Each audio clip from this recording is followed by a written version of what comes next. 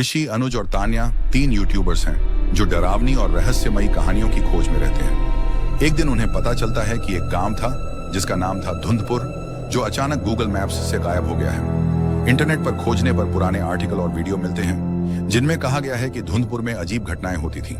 तीनों इस रहस्य को सुलझाने के लिए गांव जाने का फैसला करते हैं। ऋषि, अनुज और तान्या सुबह जल्दी उठे। तीनों के हाथ में कैमरे, बैकपैक और कुछ जरूरी सामान था। कार में बैठते ही ऋषि ने कहा, चलो ये धुंधपुर का सच पता लगाना है, वायरल वीडियो तो पक्का बनेगा। अनुज ने जीपीएस ऑन किया, लेकिन कुछ ही किलोमीटर चलने पर जीपीएस ने अचानक रास्ता दिखाना बंद कर दिया। क्या ये सिस्टम खराब हो गया? तान्या ने आश्चर्य से पूछा। ऋषि ने मोबाइल चेक किया, नेटवर्क गायब था। लगता है जैसे हम किसी दूसरी दुनिया में जा रहे हैं, ऋषि बोला। रास्ता घना जंगल और सुनसान खेतों से गुजरता रहा। चारों तरफ खामोशी और धुंध छाई हुई थी। एक टूटा फूटा बोर्ड मिला जिस पर लिखा था, धुंधपुर, आगे बढ़ना मना है। पर तीनों का हौसला नहीं टूटा। जैसे जैसे वे गांव के करीब पहुंचते गए, वातावरण और भी अजीब होता गया। ठंडी हवा, गहरे सन्नाटे के बीच वो तीनों खुद को जैसे किसी रहस्यमयी दुनिया में खोया हुआ महसूस करने लगे। चलो, अब बहुत दूर नहीं है, अनुज ने उम्मीद से कहा। पर मुझे डर लग रहा है, तान्या ने धीरे से कहा। कार धीरे धीरे एक खाली सड़क पर गई जो अचानक खत्म हो गई। सामने एक छोटा सा गांव था, धुंधपुर। जैसे ही ऋषि, अनुज और तान्या ने गांव में कदम रखा, उन्हें लगा जैसे दुनिया का कोई शोरगुल यहां तक नहीं पहुंच पाया हो। गांव की गलियां सूनी थीं, लेकिन सब कुछ पुराने जमाने जैसा था। मिट्टी के घर, धूप में धूल भरी सड़कें और कोई आधुनिक चीज नजर नहीं आ रही थी। तीनों ने एक एक कर गांव के कुछ लोगों को देखा जो धीमे धीमे चलते और जैसे किसी बात में खोए हुए हों। उनकी आंखों में कोई चमक नहीं थी, जैसे वो खुद भी इस धुंध में फंसे हुए हों। ऋषि ने अपना कैमरा निकाला और पूछा, भाई ये गांव कब से ऐसा है? एक बूढ़ी औरत धीरे धीरे आई। उसके चेहरे पर समय की गहराई थी। उसने गंभीर स्वर में कहा, बहुत पुराने समय से इस गांव के बाहर कोई बाहर वाला नहीं आ पाया। जो आया वापस नहीं गया। तान्या ने हिम्मत करके पूछा, हमें वापस जाने देंगे क्या? औरत ने गंभीर होकर कहा, अगर जाना चाहते हो तो अभी लौट जाओ, नहीं तो यह धुंध तुम्हें भी अपने जाल में फंसा लेगी। तीनों ने एक दूसरे को देखा, लेकिन मन में ठाना था कि रहस्य जानना है। वे गांव के बीच में बने एक पुराने घर की तरफ बढ़े। रात होने को थी और धुंध धीरे धीरे घना होने लगी थी। धुंधपुर का सूरज धीरे धीरे डूब रहा था और साथ ही गांव में घना धुंध छाने लगा। ऋषि, अनुज और तान्या उस पुराने घर में दाखिल हुए जहां वे रात बिताने वाले थे। घर का माहौल काफी ठंडा और डरावना था। फर्श पर जमी धूल, टूटी फूटी खिड़कियां और पुरानी लकड़ी की आवाजें। तान्या ने कांपती आवाज में कहा, यहाँ कुछ ठीक नहीं है, मुझे लग रहा है जैसे कोई हमें देख रहा हो। ऋषि ने हिम्मत बढ़ाते हुए कहा, हम यहाँ सच जानने आए हैं, डर कर क्या फायदा? जैसे जैसे रात गहराती गई, धुंध और भी ज्यादा घनी होती गई। अचानक दूर से फुसफुसाहटों की आवाजें आने लगीं। क्या वो आवाजें सुन रही हो? अनुज ने डर के मारे पूछा।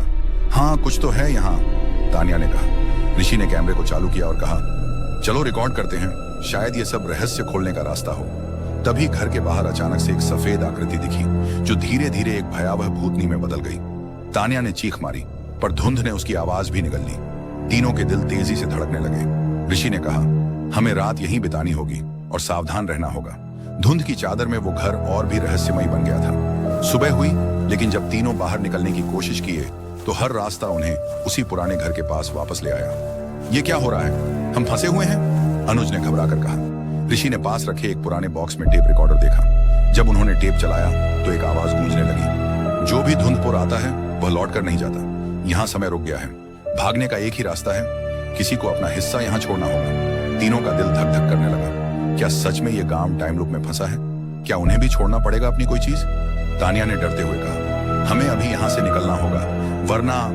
तीनों के दिलों में डर और बेचैनी फैल गई थी। ऋषि बोला, हम सबको साथ निकलना होगा, लेकिन ये कैसे होगा जब हर रास्ता हमें वापस लाता है? अचानक अनुज ने कहा, शायद आवाज सही थी, हमें यहाँ से निकलने के लिए किसी को रुकना पड़ेगा। तान्या की आंखों में आंसू थे। क्या मतलब है इसका? कौन रुकेगा? ऋषि ने गहरी सांस ली और कहा, मुझे लग रहा है कि मैं रुक जाऊं, तुम दोनों बाहर जाकर मदद ढूंढो। तान्या और अनुज ने हिचकिचाते हुए हामी भरी। ऋषि ने कैमरा ऑन किया और अपनी आखिरी बात रिकॉर्ड करने लगा। अगर आप ये वीडियो देख रहे हो तो समझ लो कि धुंधपुर के रहस्य को हल्के में मत लेना। मैं यहीं रहूंगा ताकि ये धुंध तुम्हें फंसाने न पाए। ऋषि ने अपनी जगह बना ली थी। वो अकेला उस पुराने घर में बैठा था। बाहर की धुंध और सन्नाटा उसके चारों ओर था। दिन बीतते गए, पर गांव की रहस्यमय घटनाएं कम नहीं हुई। कभी खिड़कियों से आवाजें आती, कभी अंधेरे में परछाइयां घूमती। ऋषि ने अपने कैमरे में रिकॉर्ड किया, मैं अकेला हूं, पर यहाँ कुछ ऐसा है जो हमें छुपा रहा है। कोई पुरानी कहानी, कोई प्रेतात्मा जो इस गांव को अपने कब्जे में रखती है। एक रात जब ऋषि नींद में था, उसे खिड़की से एक रोशनी दिखाई दी। उसने बाहर जाकर देखा तो एक प्राचीन मंदिर था जो पहले कभी ध्यान नहीं आया था। क्या यही धुंधपुर का असली रहस्य था? ऋषि ने सोचा कि अगली बार तान्या और अनुज के साथ मिलकर इसे खोजा जाएगा। ऋषि ने अगले दिन तान्या और अनुज को वीडियो कॉल किया। मैंने एक पुराना मंदिर देखा है जो गांव के सबसे गहरे हिस्से में है। लगता है यही धुंधपुर का दिल है। हमें वहां जाना होगा। तान्या ने घबराते हुए कहा, पर वहां जाना खतरनाक हो सकता है। जो कुछ भी हुआ है कहीं और ना हो। पर तीनों ने मिलकर तय किया कि सच जानना ही उनकी पहली प्राथमिकता है। रात होते ही धुंध की चादर के बीच वे तीनों उस मंदिर की ओर बढ़े। रास्ता मुश्किल था। चारों तरफ केवल सन्नाटा और गहरे पेड़। मंदिर के अंदर पहुंचते ही उन्हें पुरानी खुदाई के निशान और कुछ अजीब प्रतीक मिले। वहां एक पुरानी किताब मिली जिसमें लिखा था कि धुंधपुर कभी एक शक्तिशाली साधक का निवास था जिसने इस गांव को एक श्राप में बांध दिया था। क्या ये श्राप ही गांव को गूगल मैप्स से गायब कर रहा था? ऋषि ने पुरानी किताब को ध्यान से पढ़ना शुरू किया। किताब में लिखा था कि कई साल पहले धुंधपुर में एक साधक रहता था जिसकी शक्तियां इतनी प्रबल थीं कि उसने गांव को एक अजीब श्राप में बांध दिया। उस श्राप के कारण गांव के लोग समय के चक्र में फंस गए थे और गांव गूगल मैप्स जैसी आधुनिक तकनीक से गायब हो गया। तान्या ने डरते हुए पूछा, क्या इस श्राप को तोड़ा जा सकता है? ऋषि ने जवाब दिया, हमें पता लगाना होगा।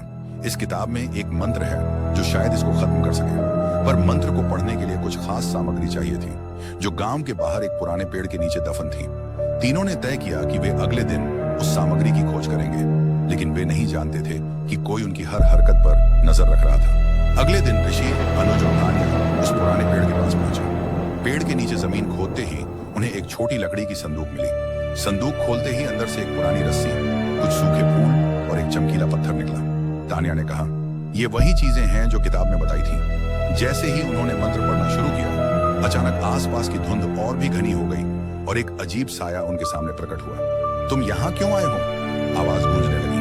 तीनों डर गए, पर ऋषि ने हिम्मत दिखाते हुए कहा, हम इस गांव को आजाद करना चाहते हैं। साया धीरे धीरे बड़ा होता गया और तभी गांव के बाकी लोग भी प्रेतात्माओं की तरह सामने आ गए। वे सभी उनके रास्ते में खड़े हो गए। क्या तीनों इस भयंकर खतरे से बच पाएंगे? धुंधपुर के भूत प्रेतों ने ऋषि, अनुज और तान्या को घेर लिया था। डर तो बहुत था, पर दोस्ती और हिम्मत ने उनके कदमों को मजबूती दी। ऋषि ने तेजी से मंत्र पढ़ना शुरू किया, जबकि अनुज और तान्या ने अपने कैमरे से हर चीज रिकॉर्ड की। भूत प्रेत चीखने लगे, धुंध गाढ़ी होती गई और वातावरण में भारी ऊर्जा महसूस होने लगी। तभी अचानक एक तेज रोशनी ने पूरे गांव को घेर लिया। मंत्र की ताकत से श्राप टूटना शुरू हुआ। प्रेतात्माएं धीरे धीरे गायब होने लगी और गांव में फिर से जीवन आने लगा। ऋषि ने हंसते हुए कहा, हमने कर दिखाया। तान्या ने कहा, अब यह गांव किसी से छुपा नहीं रहेगा। धुंधपुर की घनी धुंध धीरे धीरे छंटने लगी। सूरज की पहली किरणें गांव के ऊपर गिर रही थी, मानो नया जीवन लौट आया हो। ऋषि, अनुज और तान्या ने देखा कि गांव के लोग अब सामान्य और खुश मिजाज दिख रहे थे। वे फिर से अपने कामों में लगे थे और गांव की गलियां जीवंत हो गई थीं। ऋषि ने कैमरे को ऑन किया और कहा, धुंधपुर का रहस्य अब खुल चुका है। हमने जो देखा, सुना और झेला वो हमारी जिंदगी की सबसे बड़ी चुनौती थी, लेकिन दोस्ती, हिम्मत और सच्चाई ने हमें जीत दिलाई।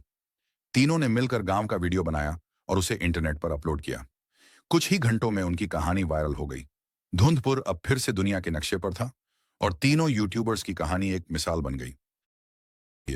अगर आपको यह कहानी अच्छी लगी हो तो लाइक और सब्सक्राइब करना मत भूलिएगा। फिर मिलेंगे एक नई कहानी के साथ। ये थी आज की राज वाली कहानी। मिलते हैं अगले एपिसोड में एक नए राज के साथ।